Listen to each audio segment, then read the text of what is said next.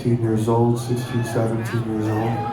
And, since that time, so many people have told me what they think the song is about.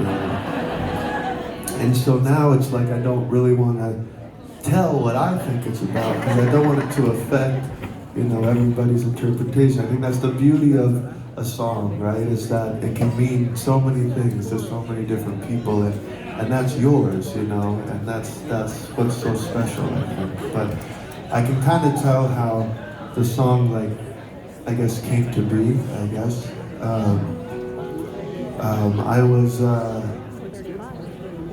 It was the summer before my senior year of high school, and I miraculously got to go on tour with Steel Pulse, this amazing reggae band. If you don't know, you should probably leave the building.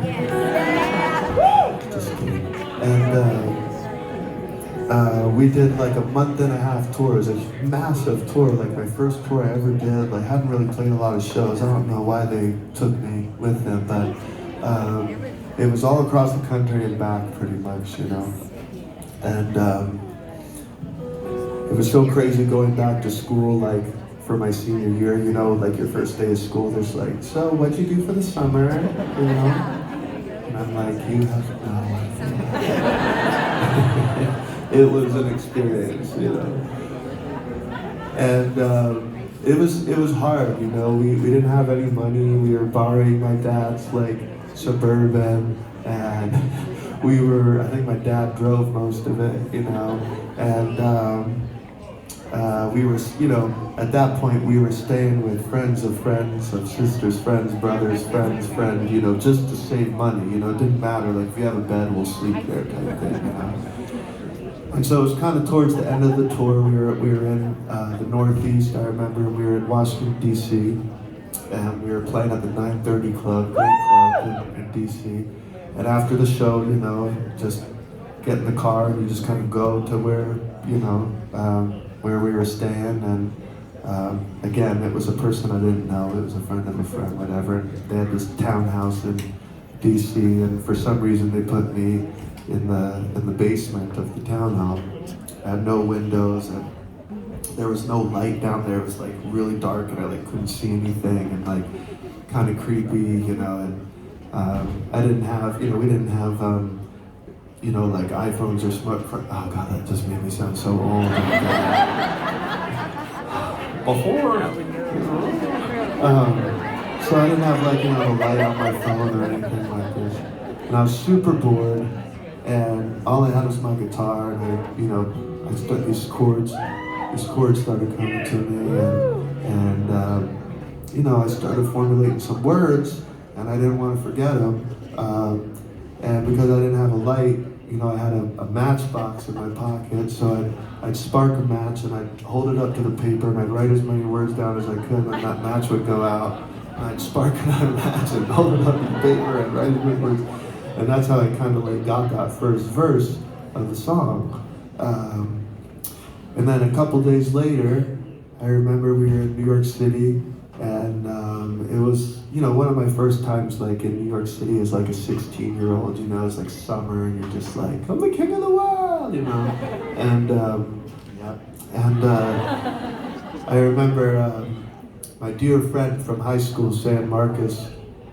He was a rapper, and I was a singer, and in high school we formed this group called the Villagers, and we made this album on his laptop, and he was just a dear friend of mine, really inspiring person, and he had graduated before me, and he was living in New York with his brother, and we met up, and we were sitting above, his apartment was overlooking Union Square, and we just sat in the windowsill, and I was playing this song, and I was like, it took a while for you to find me?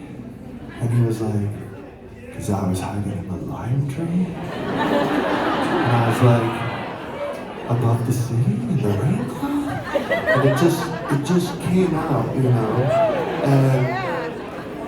we didn't, again, we didn't reason about it or nothing. It's funny because I think about, man, if that song came through me today, I might think that doesn't make any sense.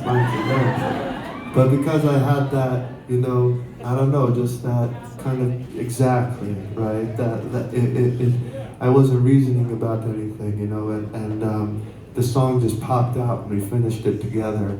And yeah, it was just a crazy journey of a song. But like I said, so many people have told me what they think it's about. I just had to share this one story that I just kind of made me stop telling people what it's about for a while, and then I've recovered since then. But I remember I think I was in Billings, Montana, Billings or Bozeman, and I was playing this place called the Filling Station. And after the show, I was meeting people by the merchandise and just, seeing folks, signing stuff, whatever. And sitting at this table, and all of a sudden, this big, Montana just mountain woman, just slams her hands down on the table and she's like, "Tell me what the laundry's about." And I was like, just spitting in my face, just reeking of just Jack and all the guys, Jim and Jack, all the dudes. And I was like, she was like, "I know what it's about, but I want you to tell me what it's about." And I was like, "Oh, it's not really about anything like that." She's like, "No, tell me."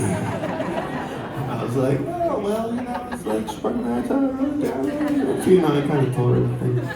And as I'm telling her, her face is just getting more and more contorted and just frustrated. And at the end of my speech, she just looks at me and she's like, "So it's not about eternity?" And I was like, No, it is. It is about eternity. It is. And she had her partner behind her in overalls, the whole thing. I can't paint a better picture. It's just big beard, and he just looks at me with disgust and he just says, "That's a bummer, man." And they just walk off.